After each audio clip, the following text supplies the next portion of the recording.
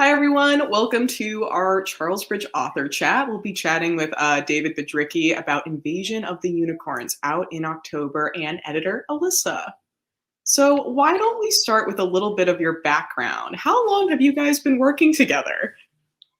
Alyssa, do you want to answer that one? Yeah, sure. Dave did other books with Charlesbridge, but when I got to start working with him, it was back in must have been 2009 on the Me and My Dragon series, the first book in Me and My Dragon. That came out in 2011, and 2 years later, wow. Yeah, it took a while, huh? well, you know how picture books are, 2 to 3 That's years right. in development, right? Read them in 8 minutes, but they take like a year and a half to create. Yes, absolutely. Yep. Yeah, so Unicorns is our 10th book together. Believe it or not. It's like our 10th anniversary. How cool is that, huh? I was going to say, that seems crazy, but you guys have been doing this for a while. And after Sumo Kitty, it's kind of an interesting direction for you to take. Dave, what gave you the idea? Let's see. I've always liked claw machines. I mean, I have a real hard time walking by a claw machine without trying it. And I've always wanted to create a story about that, or like a vending machine, or like one of those, like those little rides that, you put like 50 cents in, you put your kid in there and, they, jostle around. I've always wanted to do a story about one of them, but I never, it was just like idea sketches that I had down, a little bit of writing here and there, until I saw a unicorn in a claw machine that looked out of place. And I said, this one looks different. He looks special.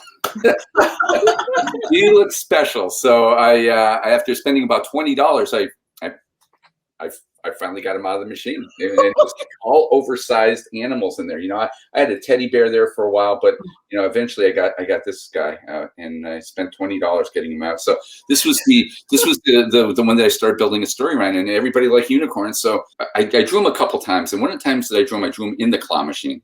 But when I drew him, he kind of had a personality. He started to look different than the other little stuffed toys in there. He started to have his personality, and I was thinking, you know what, maybe he's alive. Maybe he is alive, but nobody knows it. And then I started putting the story together from there. And where did he come from? What's going on? And it was a type of thing where I think, Alyssa, I showed this to you, I don't know how many years ago, maybe about 3 years ago. I looked it up. Your first email about the alien unicorn story came to me on May 6, 2019. Only 2 years. Only 2 years. Yeah, we were fast on this one. Oh, wow, that is like light speed for us, isn't it, Alyssa? It's definitely like light speed. But you said in your email that this idea had been kicking around in your head for a number of years. Long time, yeah. It's also kind of an interesting take on a different style of alien takeover, because I would even say with Bear Alert, for instance, where we get hints of the aliens coming to like do something a little suspicious, not nefarious, just suspicious. Yep. This was kind of a funny take to think that, oh, they could be anywhere. The thing that I really like too is that the unicorn, he looks like a stuffed toy unicorn. That's what they all look like on his planet. So I was thinking, like, he belongs to an army of little unicorns that want to take over planet Earth. There's just something really, like daunting about that I thought would be really cool. So I think, how do we do it?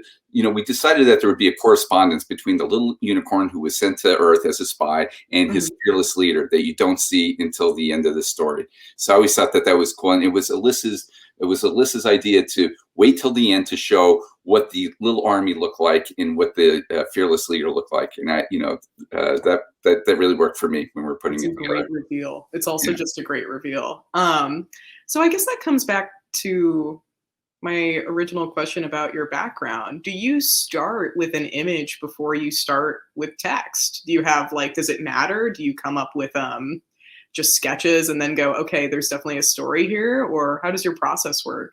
It works. It pretty much starts off with a sketch first, and if something kind of, gives me a little spark, then I'll proceed on with it. But, if you take a look, I do keep quite a few journals. Those are pretty much the only thing that I use to draw with pen and paper. Everything else that I do is, done using the computer or the iPad. But I usually start off with some sketches, and then I start to build a story around it. all my other books have started off with images, and they've gone into developing the story from there. So there's a lot of different ways to create it. Right. There really is. There's things I see day in and day out, and I write them down. Sometimes I'll even think of a title for a book, and I'll write it down, and then I look at it a couple months later and say, "What the heck was I think? What does that mean?" So there's just different ways of taking an idea and putting it into a story. Right. Absolutely.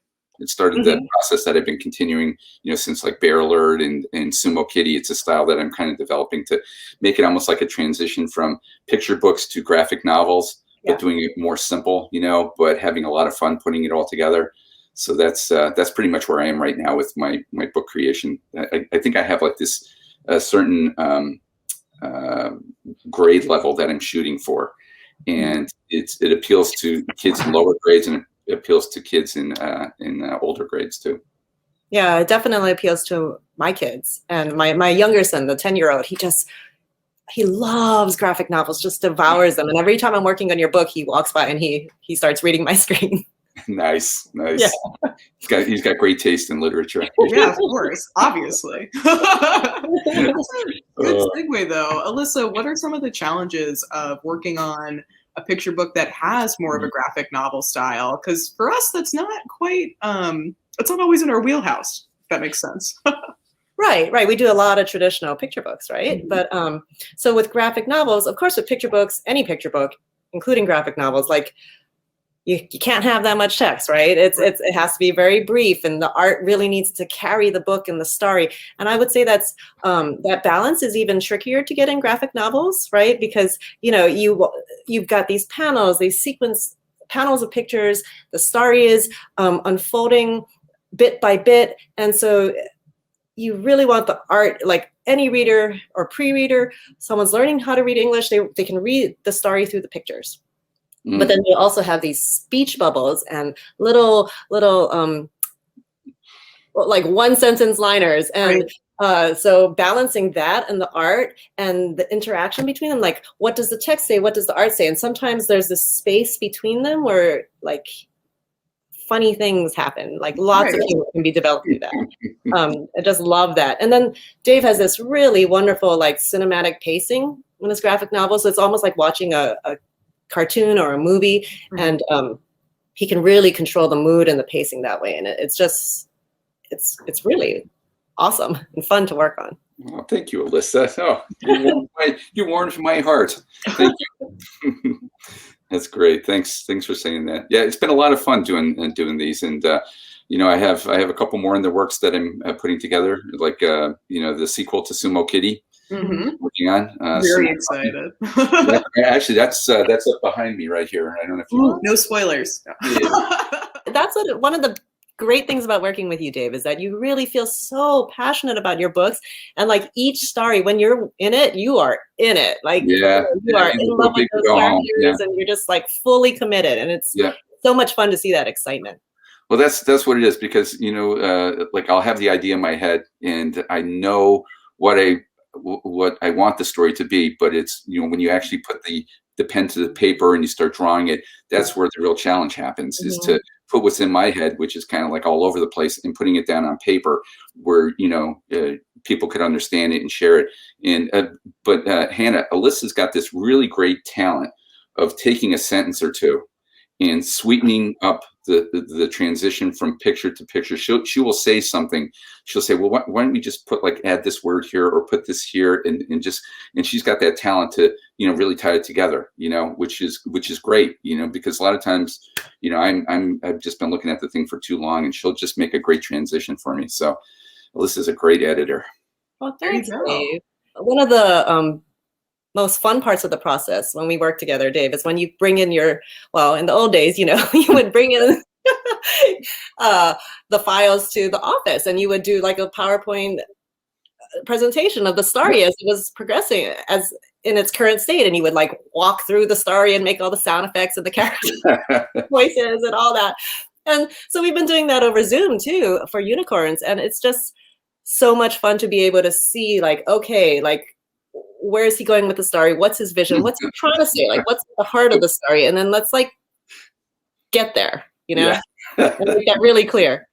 You also like bring me into the kids' worlds because you're out there meeting so many kids all the time. So like I'm thinking of this one picture you had of the bear like picking his nose. I'm like, really, Dave? And you're like, yeah, kids. Oh, gosh, they love it. Like, Yeah, absolutely. Yeah. When you do a school visit, the coolest thing about it is that you have, in some instances, I'll have 300 kids. 300 kids, and the thing is, you've got to be spot on. You got, you almost have to have it choreographed, but you also get feedback as to what you're putting. Hannah, when Alyssa and I were working on Bear Alert, I was showing sketches for like 2 years for the book before the book was actually done. So I showed the story to about 60,000 kids before the book came out. Really. So if I was working on something, right, I'd be, presenting it to them, and I'm thinking it's really funny, and I show it to the students, and all of a sudden they're like, dead silent. Yeah. And I knew I messed up, right? So I go back to my hotel room that night and do something different, and then the next day I would show something, and sometimes it would work, sometimes it wouldn't. But those are the type of things that really put me, over the top as far as doing a book. Is the help from Alyssa, and also, like you were saying, Alyssa, the students, what you get from them, the feedback you get from presenting all over the place. We know that Invasion of the Unicorns is adorable and very funny, but there's a lot of other themes inside of the story that might not come immediately to mind when you think of the concept. Why do you think right now kids really need a book that just celebrates having fun and finding your family? That's a good question. Do you want to go first, Alyssa? Because I've been hogging up the whole screen here. Sure. I mean, one of the reasons I love this book so much is because of that heart, that it has real like emotion. It connects to it, like a reader will connect to that unicorn, to the Earthling daughter and the family. And I just feel it offers like so much hope in terms of like, yes, you can change and grow and become a better, like a different person. The unicorn starts off as an invader, and the unicorn just can't see anything good about this place. Earth, oh gosh, dog slobber, just show and share, but then the unicorn is won over by the kindness and love in this family, and its heart changes, and it develops trust and friendship and love. And I think that's so powerful. And I also love how the unicorn just he's thrown into a different culture, right? A completely different world, doesn't understand anything, doesn't get this family. But then as the story progresses, the unicorn starts to appreciate this different experience, these everyday experiences. And it's just, and the unicorn overcomes its misconceptions about others and learns to appreciate them and love them. And that to me is just, With this book, like I said, I just wanted to have fun. I wanted a book where, students and, when they're in school all day, they're learning about different things, history, they're doing science, they're doing writing, and sometimes so much information is given to them that they have to process, with, workbooks and things like that. I wanted this story to just have something it's just fun. That's all I wanted to do. I'm not really good at historical fiction writer or any of those things yet. Maybe one of these days I will be. But the thing is, I just wanted this book to like tug at your heartstrings as it was progressing. Where this, like you said, Alyssa, this little alien unicorn arrives on planet Earth, and things do not go well from the beginning. He has a hard time being caught in a claw machine, and then he's taken home. The dog knows that there's something up with him. Everybody else in the family is oblivious to this little unicorn, but the Earthling dog, just knows that there's just something not right about this toy. There's something different about it. In that email exchange on May 6th, 2019, you said the gist of the story, and I was like, oh, wow, this is really cool. So much fun. What happens at the end? It's like, oh, no. Does the unicorn stay with the kids? Do the aliens keep rampaging across the galaxy, or like? That is tough. Yeah, where does it end? That's a great idea, but what are you going to do with it? That is a tough part. That really is. Yeah. To have your story make sense, and you may think it makes sense in your head, but when you put it down on paper or you try to share it with students or with your editor, it just doesn't look like that. It looks great in your mind, but it doesn't look good in their mind. Like this is gonna be a blockbuster, and they're like, well, that's good, but that's. Well, no, I was always sold on this story from the beginning. Like I was like, oh my gosh, aliens, unicorns, yes, please. So. Yeah. So. And we'll have to see what happens with the next book. If Unicorn does well, we'll have to see. I think that's a really good point about kind of just having the idea, but how do you finish it? And we will say, with publishing, that kind of means you have a finished idea, right? If a book comes to market, that we've started from the beginning and made the end. Yep. What's your advice to, I guess, inspire a complete project for students and creators looking to kind of get their start? Wow. I'll say that to both of you. Yeah. What do you feel like is the best advice you can give in that scenario? Alyssa, you see a lot of stories in raw form. Like with most of my stuff, you see it just kind of pitched as an idea, and you must see. I mean, you definitely see a lot more of them than I do. So, yeah. what are your? I just ask questions. So if you're actually writing the story, maybe and you're stuck, maybe just kind of step back and put the story away for a while and come back to it and imagine yourself as the reader and be like, well, what questions do I have about this story? Like, what happens at the end? Right? And another good thing to do is think about the theme in the story. Like, what kind of, what am I trying to say in this story? I feel this story really is about friendship and love and learning to understand others, right? So how can I make that really hit home in my ending without, being very message driven, but kind of make it resonate with the reader, make them feel that. I think that also kind of ties back into the idea, really what is so much fun for me as a reader for Invasion of the Unicorns is that it is taking your imagination to new heights. You don't have to stop with one idea.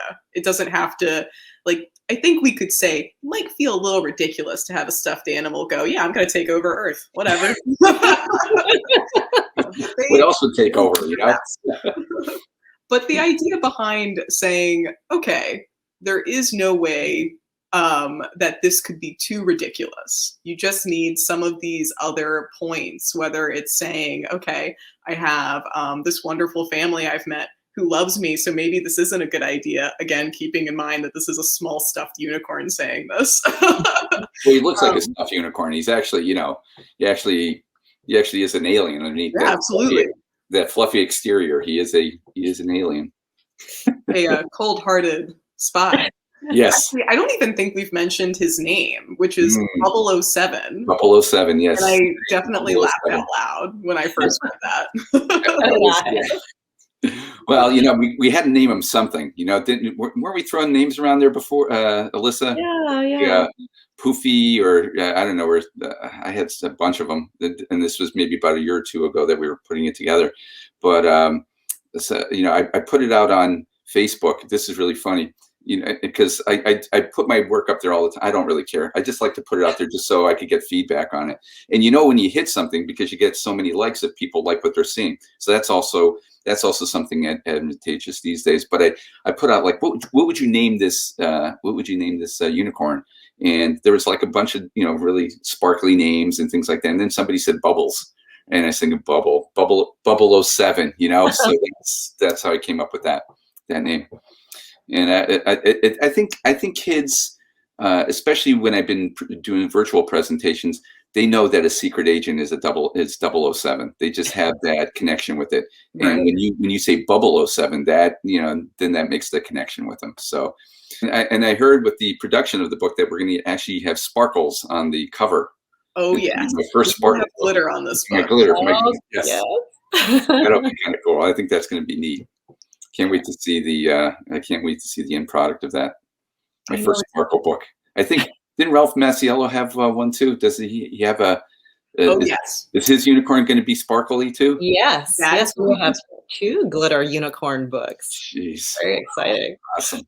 And the spot in the book where it actually starts to, there's that little thing that gets thrown in there where, you know, the unicorn really starts to like his time on Earth, and that's through his stomach.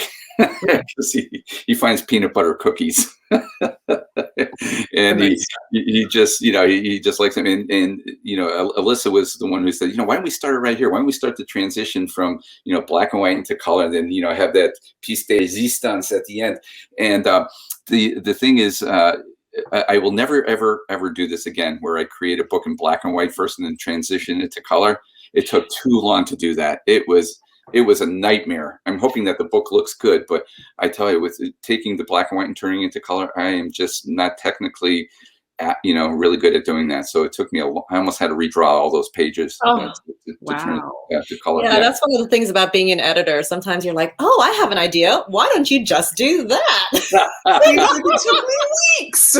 Well, it took me months. Yeah. The transition from black and white to color looks really good. I think it Thank works. you. Thanks. And that last scene is just like eye popping. Oh, no spoilers, but it's. But it really is. great. It is. No, that's okay. There's no eyes that are going to pop out, so we'll tell them that there's no eyes that are going to pop out. But yeah, No. It is very visual, and again, it has minimal text. We're just going from, I don't want to call the unicorn an unreliable narrator, but we are getting a very different perspective of what life on Earth looks like. So the fact that these missives are short, simple, to the point, only showing up every few panels, and then the unicorn is just kind of embracing through color that his world is like getting a little bit bigger, pun intended, I guess, when you're coming from another planet. But I do think it's interesting, again, to go back to the visual medium of saying, okay, there must be a way to show that this unicorn's heart is expanding beyond what we can just tell. That's something that I really enjoy about that book, and I enjoy a lot about your style, Dave, because I do think outside of even just the fact that you have such great grasp of visual humor, you're also really able to hit the point that says, okay, we're not just funny, we have something important to tell. And whether it's focusing on finding your family, making new friends, even just taking a step back to enjoy what you're going through right at that moment, I feel like you're really able to capture both sides of that super well. Oh, wow. That is so touching. Thank you so much for saying that, Hannah. Yeah. Boy, It's only the truth. this is great. You know, oh man, that was really awesome. Thank you for telling me that. That's you know, that's something that I try to put into my stories, and you know, you as a reader, and you know, the work that Alyssa's helped me with on this book, you know, I guess we got that point across. So thank you. That just warmed my heart and made my whole day. I go get myself a big sandwich for lunch. Yes. There you go. Yes, mission accomplished. But thank you, Hannah. That was wonderful of you to say that. And yeah, I think Alyssa was very instrumental in telling me, you know, some of the things that I should point out with the unicorn. You know, and you know, she was telling me, yeah, you have them doing the unicorn doing this and doing that, but you know, how do we put this more into feelings, and how do we put it more into visuals? And that's something that Alyssa really helped me with the book. So again, thank you, Alyssa. Thank you, Dave. It's so much fun working on these books with you. 10 years. I can't believe it. That's so, wow. we got this other book that I think I may have sold you on too, Alyssa, and it's called Artificial Intelligence. And art, A-R-T, is capitalized, so it's artificial intelligence. Ooh, okay. And it's a story about a robot who wants to be an artist. Oh, yeah. That was wonderful. I feel like that was a really great way to conclude this, actually. Do you guys have any final thoughts you'd like to bring to our viewers, or you feel good? What could I say? I think, you know, a lot of times when I visit schools, you know, I'll do like a little workshop with students, and we'll talk about maybe sometimes creating a superhero, or sometimes we'll talk about creating or some different types of stories. But one of them I do is where they create a superhero, and the superhero could be anything. I mean, it could be anything. It could be a taco. It could be anything that you want, and to have them, and sometimes the more bizarre the superhero, the better the story is, And that's something that, I'd like to tell kids is just like, use your imagination, take whatever you got, put it down on paper. Even if your idea seems really, really funny, it's important to you. Put it down on paper and then start to work with it. And those are things that I really enjoy doing, but also to have them, empower them to know that, yes, my story does matter. It does mean something, and it means something to me, and I want to share it with you. So that's the type of things I like to see in books. Once again, Invasion of the Unicorns by David Biedrzycki is out in October, so look out for that. We're very excited. Thank you both for joining me today. This was a wonderful conversation. I had a lot of fun.